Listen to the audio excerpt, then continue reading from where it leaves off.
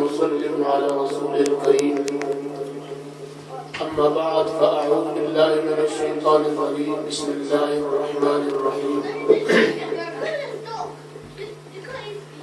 ربنا وابعث فيهم رسولا من أنفسهم يتلو عليهم آياتك ويعلمهم الكتاب والحكمة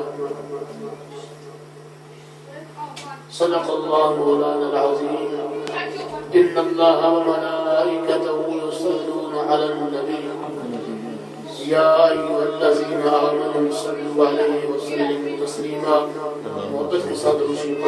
الصلاة والسلام عليك يا رسول الله وعلى آلك وأصحابك يا حبيب الله.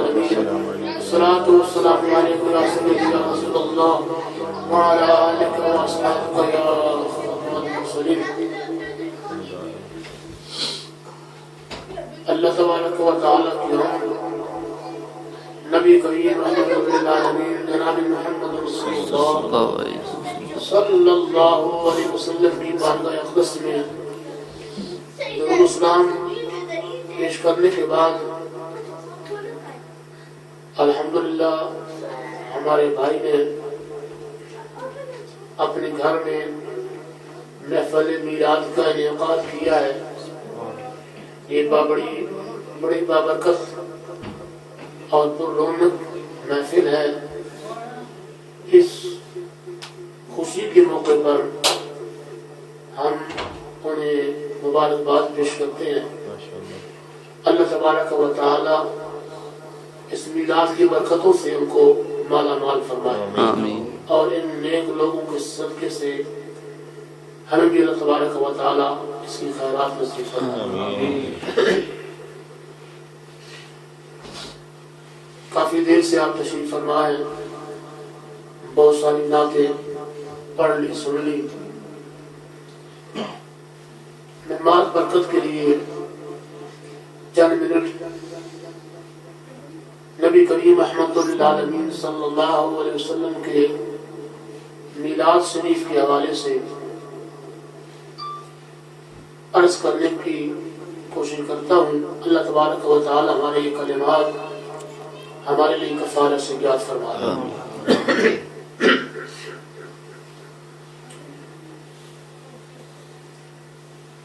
اللہ تبارک و تعالی نے قرآن مقدس کے اندر بہت ساری 20 آیات وہ ہیں جن میں صراحت کے ساتھ بڑا اوپنلی سرکار دو عالم صلی اللہ علیہ وسلم کی تعریف و توصیف فرمائی ہے. اور بعض آیتیں جن میں عام سادہ مسلمان کو تو شاید وہ سمجھ نہ آئے, لیکن اہل علم نے اس سے سرکار دو عالم صلی اللہ علیہ وسلم کی تعریف ذکر فرمائی ہے. اہل علم فرماتے ہیں کہ اگر غور سے دیکھا جائے پڑھا جائے تو الف لام میم سے لے کر والناس تک سارا قرآن سرکار کی نعت ہے, سرکار کی تعریف ہے, سرکار کا میلاد ہے. اور اسی بات کے پیش نظر میاں محمد رحمت اللہ علیہ نے ارشاد فرمایا اپنے ذوق میں. وہ فرماتے ہیں کہ شدہ مداں زیراں زبراں تعریف نبی وچ آئیاں آما لوکاں خبر نہ کاری خاصا حمزہ پائیاں. جن کو ہم زبر زیر پیش تنوین مد شد کہتے ہیں, ہم سمجھتے ہیں کہ یہ شاید لفظ توڑنے کے لیے ہے, یہ لفظ کی آواز پیدا کرنے کے لیے ہے. اہل ذوق کہتے ہیں نہیں, یہ زبر زیر پیش یہ سب کچھ حضور کی تعریف ہی تو بیان کرتے ہیں. سبحان اللہ.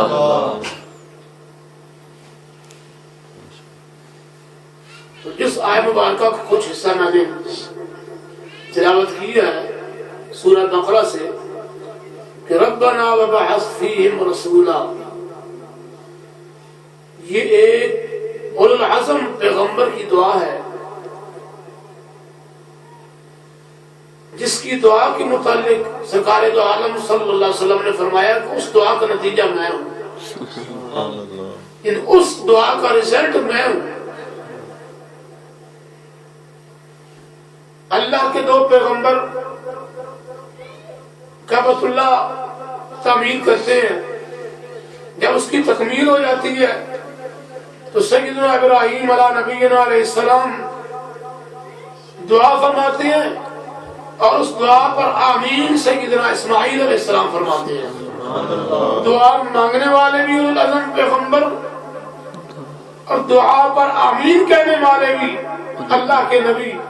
تو پھر اس دعا کا ثمر حضور فرماتے ہیں کہ اس دعا کا نتیجہ اور رزلٹ میں ہوں. سبحان اللہ. تو گویا ابراہیم علیہ السلام نے دعا مانگی، پتہ چلا کہ ہم کعبۃ اللہ تعمیر کرنا نیکی ہے، اللہ کا گھر تعمیر کیا. تو نیکی کرنے کے بعد دعا مانگنا یہ بھی انبیاء کی سنت ہے، نبیوں کی سنت ہے. سیدنا ابراہیم علیہ السلام دعا مانگتے ہیں ربنا وبعث فیہم رسولا. یا اللہ ہم یہ تیرا گھر تعمیر کر چکے، اب تو اس کو آباد کرنے کے لیے مبعوث فرما رسولا، عظمتوں والا رسول. یہ رسولا کے اوپر جو تنوین ہے نا دو زبر، یہ عظمت بیان کر رہی ہے. یہ دو زبریں عظمت بیان کر رہی ہے کہ شان والا رسول. اور اسی ایسی موقع پر میاں صاحب نے فرمایا نا کہ شدہ مدہ تزیرہ زبیرہ تاریخ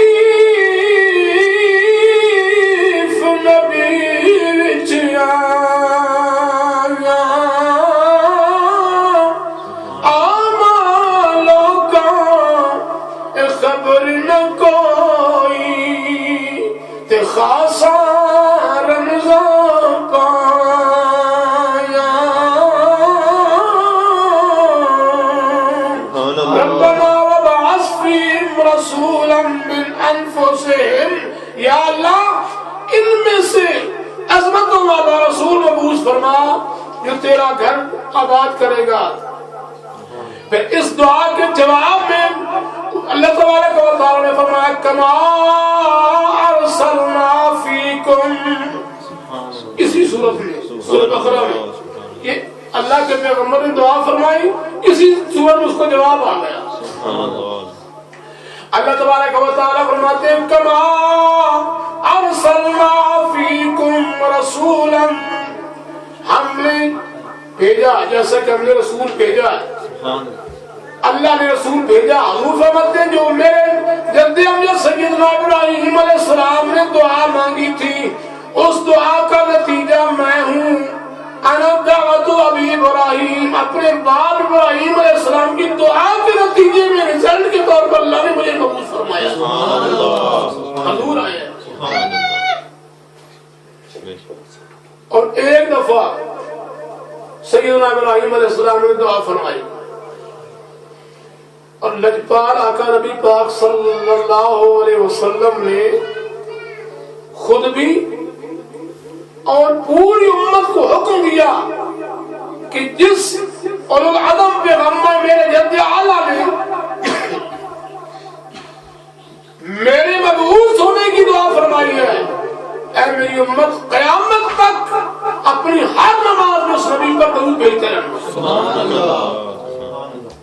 ہم جب نماز پڑھتے ہیں تو کہتے ہیں اللہم صلی علی محمد وعلی آل محمد کما صلیت علی ابراہیم علیہ السلام. تو ہر نماز میں ہر نمازی ابراہیم علیہ السلام پر سلام بھیج رہا ہے. انہوں نے ایک دفعہ دعا کی، میرے لجپال آ کر امت کو فرمایا کہ اس کے بدلے میں زندگی بھر قیامت تک ان پر درود بھیجتے رہو. حضور فرماتے میں آیا، حضور کی بعثت، حضور دنیا میں آئے، تشریف لائے تو یہ انبیاء علیہ السلام کی فرمایا میں بشارت مسیح ہوں، عیسیٰ علیہ السلام کی بشارت ہوں، ابراہیم علیہ السلام کی دعا ہوں، اور سرکار دو عالم صلی اللہ علیہ وسلم دنیا میں آئے، میلاد حضور کا ہوا، اس میلاد والے رسول صلی اللہ علیہ وسلم جب دنیا میں قدم رجا فرمایا نا تو اس پوری روح زمین کا نظام بدل گیا، پوری اس کا سسٹم بدل گیا۔ اس پر بہت کچھ عرض کیا جا سکتا ہے لیکن اتنا وقت عمل میں گنجائش نہیں رکھتا، ہم صرف برکت کے لیے چند کلمات کہنا چاہتے ہیں، ورنہ سرکار دو عالم صلی اللہ علیہ وسلم جب آئے تو کیسے نقشے بدلے دنیا کی، اس پر قرآن و حدیث اور تاریخ بہت کچھ بتاتی ہے۔ سرکار دو عالم صلی اللہ علیہ وسلم کا میلاد حضور تشریف لائے، مدینہ طیبہ میں مسجد نبوی شریف میں کچھ صحابہ بیٹھے تھے اور آپس میں باتیں کر رہے تھے، اور صحابہ کرام جب جمع ہوتے نا تو ایسے باتیں نہیں کرتے جیسے ہم گپے مارتے ہیں، ان کی ہر بات دین کے گرد گھومتی ہے۔ تو انہوں نے دیکھا کہ مسجد نبوی شریف کے سامنے سے ایک مائی آ رہی ہے، ضعیف ہے، اس نے کچھ گٹھری سی باندھ کر کے اپنی بغل میں دبا رکھی ہے، ہاتھ میں لاٹھی ہے، اونچا ناک ہے، پیشانی ہے، اور بڑی آہستہ آہستہ سے آ رہی ہے۔ ایک نوجوان اٹھا، اس مائی کو پکڑ کے مسجد میں لے آیا، اس مائی کو بٹھا دیا، اور سارے اس نوجوان صحابہ تھے نا، ینگسٹر، ٹین ایجرز کہہ لیں، وہ اس مائی کے گرد بیٹھ گئے اور کہنے لگے مائی اب تو یہ حالت ہی ہو گئی ہے، تو ضعیف ہو گئی ہے، اپنی کوئی پچھلے زمانے کی کوئی بات سنا۔ یہ مائی حضرت حلیمہ سعدیہ تھی، انہوں نے کہا کہ تو نے ہماری سرکار کو اپنے گھر میں رکھا ہے، حضور کی کوئی بات سنا۔ تو وہ فرماتی ہیں کہ جب میں نبی پاک صلی اللہ علیہ وسلم کو لینے کے لیے گئی نا تو سرکار دو عالم صلی اللہ علیہ وسلم اپنے پلنگ پہ، چارپائی پہ لیٹے ہوئے تھے، کپڑا دیا ہوا تھا۔ جب میں نے جا کر کے ایک ہاتھ سرہانے کی طرف رکھا، ایک ہاتھ سرکار کے سینے اقدس پہ رکھا، اور جب میں نے نقاب الٹا، چہرے سے پردہ ہٹایا، تو ایک نور کی لاٹ نکلی جو آسمانوں کو نکل گئی، اور سرکار دو عالم رحمت کائنات صلی اللہ علیہ وسلم نے آنکھیں کھولی،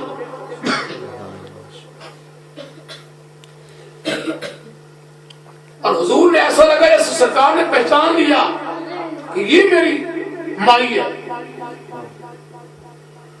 تو پھر ان کے نقش و نگار، حضور کے اوصاف، حضور کا چہرہ اقدس، حضور کے زلفوں کا، حضور کے ناک مبارک کا، حضور کی آنکھوں کا، حضور کے ماتھے شریف کا، نبی پاک صلی اللہ علیہ وسلم کی ٹھوڑی شریف کا حضرت مائی حلیمہ نے تذکرہ فرمایا،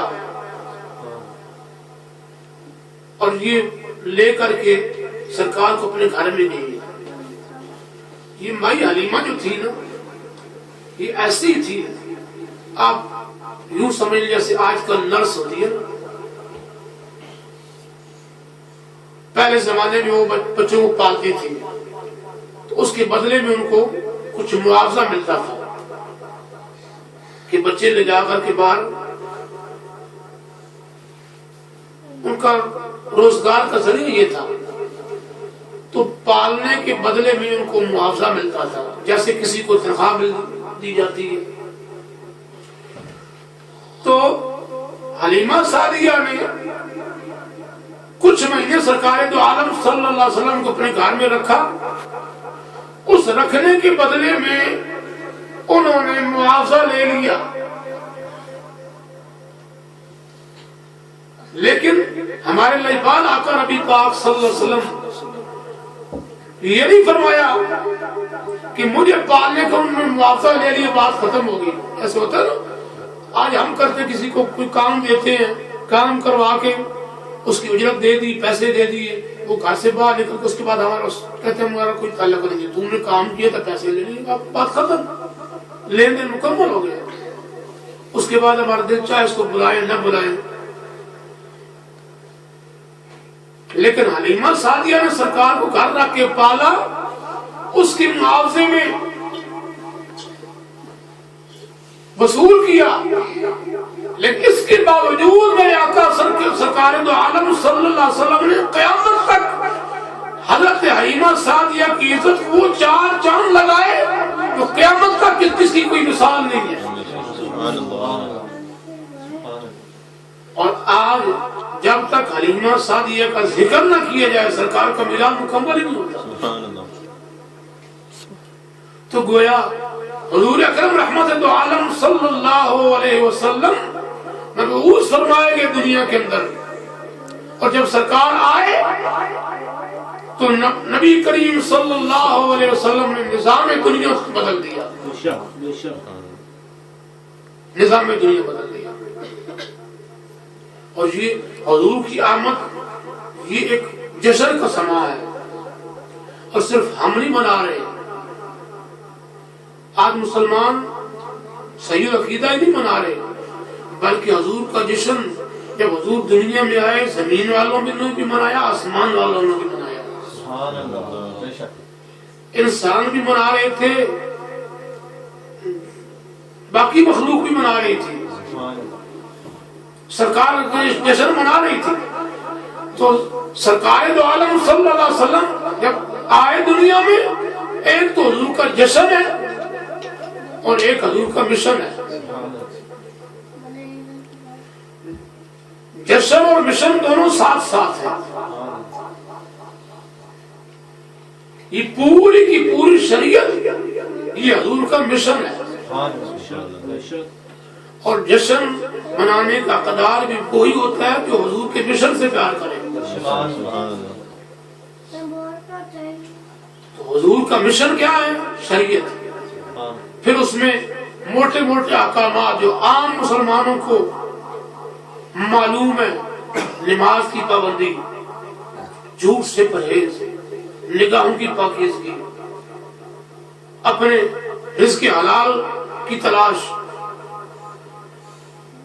اور یہ جو موٹے موٹے احکامات ہیں یہ تو ہر مسلمان کو پتہ ہے، تو اس پر تو کم از کم بندہ کوشش کرے تو تاکہ حضور کے مشن کے ساتھ اٹیچ ہو جائے، تو پھر اس کو جشن منانے کا بھی ذوق آئے۔ تو گویا سرکار دو عالم رحمت دو جہاں صلی اللہ علیہ وسلم کا میلاد، حضور آئے، ہم کیا تعریفیں کریں؟ بڑے بڑے محدثین، بڑے بڑے اولیاء، قطب، غوث، سب تعریفیں کرتے گئے اور قیامت تک ہوتی رہے گی۔ اور سرکار دو عالم صلی اللہ علیہ وسلم کی تعریف ہم کیا کریں جس کی تعریف خدا کریں؟ تو قرآن کے ساتھ محبت یہ حضور کی تعریف ہے۔ آج ہم بچوں کو نعتیں کو پڑھاتے ہیں، اچھی بات ہے، اردو کے کلام ہے، پنجابی کے کلام ہے، لیکن سب سے بہترین نعت قرآن ہے۔ محفلوں میں قرآن پڑھا کرو، قرآن پڑھایا کرو، نعتوں میں جو اردو پنجابی کی نعتیں ان پہ زور نہ دیا کرو، ہم برکت کے لیے، ہم اس سے انکار نہیں ہے، برکت کے لیے ذوق کی، چلو ایک آدھ پڑھ لی، زیادہ 2 نعتیں پڑھ لی اردو پنجابی میں۔ عربی میں اس زبان میں نعت پڑھو جس زبان میں خدا نے نعت کہی ہے،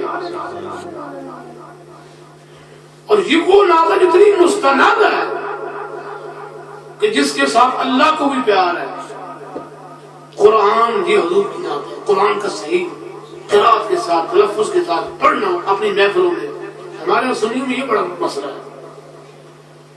ہمارے یہاں قرآن پڑھنے کا ایک حد کو جب تلاوت کی باری کبھی فٹافٹ ایک حدیث کو آیت برکت کے لیے پڑھیں، یہ وہاں برکت یاد آ جاتی ہے. حالانکہ اصل کام ہی یہ ہے. یہ اردو پنجابی کی نعتیں یہ تو اس کے بعد ہے، یہ تو اس کی ان اوصاف کے ٹرانسلیشن کہہ لے، ترجمے کہہ لے، خیالات کہہ لے. اصل تو یہ ہے. اس وقت ہم کہہ رہے ہیں برکت کے لیے ایک آیت پڑھ رہی ہے، وہاں برکت یاد آ جاتی ہے. اگر برکت کے لیے پڑھنا تو جتنا زیادہ پڑھے اتنا برکت زیادہ ہوگی. تو ہماری مسجدوں میں بھی یہ پرابلم ہے کہ ہمارے یہاں قرآن محفلوں میں جان چھڑاتے ہیں. نعت اچھی ہے لیکن قرآن و حدیث ہی تو نعت ہے.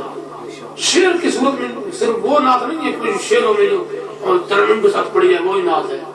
نعت کا مطلب کیا ہے کہ نبی پاک صلی اللہ علیہ وسلم کی شخصی حضور کی ذات کی تعریف کرنا. تو قرآن و حدیث پڑھے نہیں پڑھے وہی تو نعت ہے. تو اس لیے قرآن مجید پہلے ہے. تو قرآن مجید جتنا زیادہ پڑھا جائے. ہاں یہ باری باری سے دو آیتیں قرآن کی پڑھے، 4 آیتیں رکوع زبانی نہیں آتا دیکھ کے پڑھے لیکن سکرات کے ساتھ پڑھے. ایک بندہ قرآن کی ایک رکوع پڑھے باقی سارے سنے، پھر دوسرا پڑھے پھر تیسرا پڑھے. یہ نعت ہونی چاہیے. اس کے بعد ٹھیک ہے اگر ایک آدھ کو نعت اردو پنجابی میں پڑھ لیں تاکہ وہ آپ کو وہ زبان ہے ہماری اس میں ہمیں سمجھ زیادہ آتی ہے. لیکن قرآن کی اپنی کی تعریف وہ ذوق ہے. میں کل کی آپ کو بات بتاؤں، میں نے اپنے مکان میں ایک کام لگایا. تو دیکھو یہ جو ہوتا ہے چک سلواکی ہے وہ چک سلواکی. تو میری گاڑی میں وہ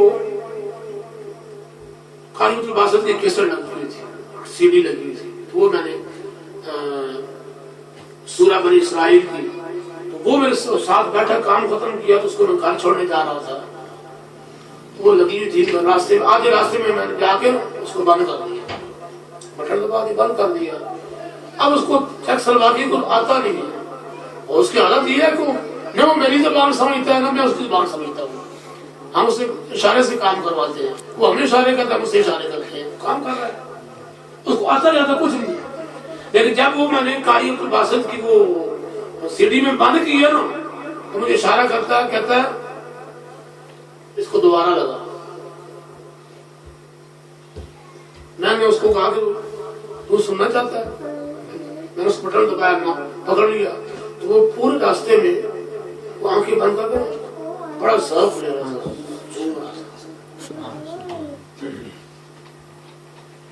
مجھے خیال آیا اس کو سمجھ نہیں آ رہی، اس کو یہ بھی نہیں پتا کہ یہ قرآن ہے کیا کر رہا ہے. لیکن سمجھ نہیں آ رہا تھا.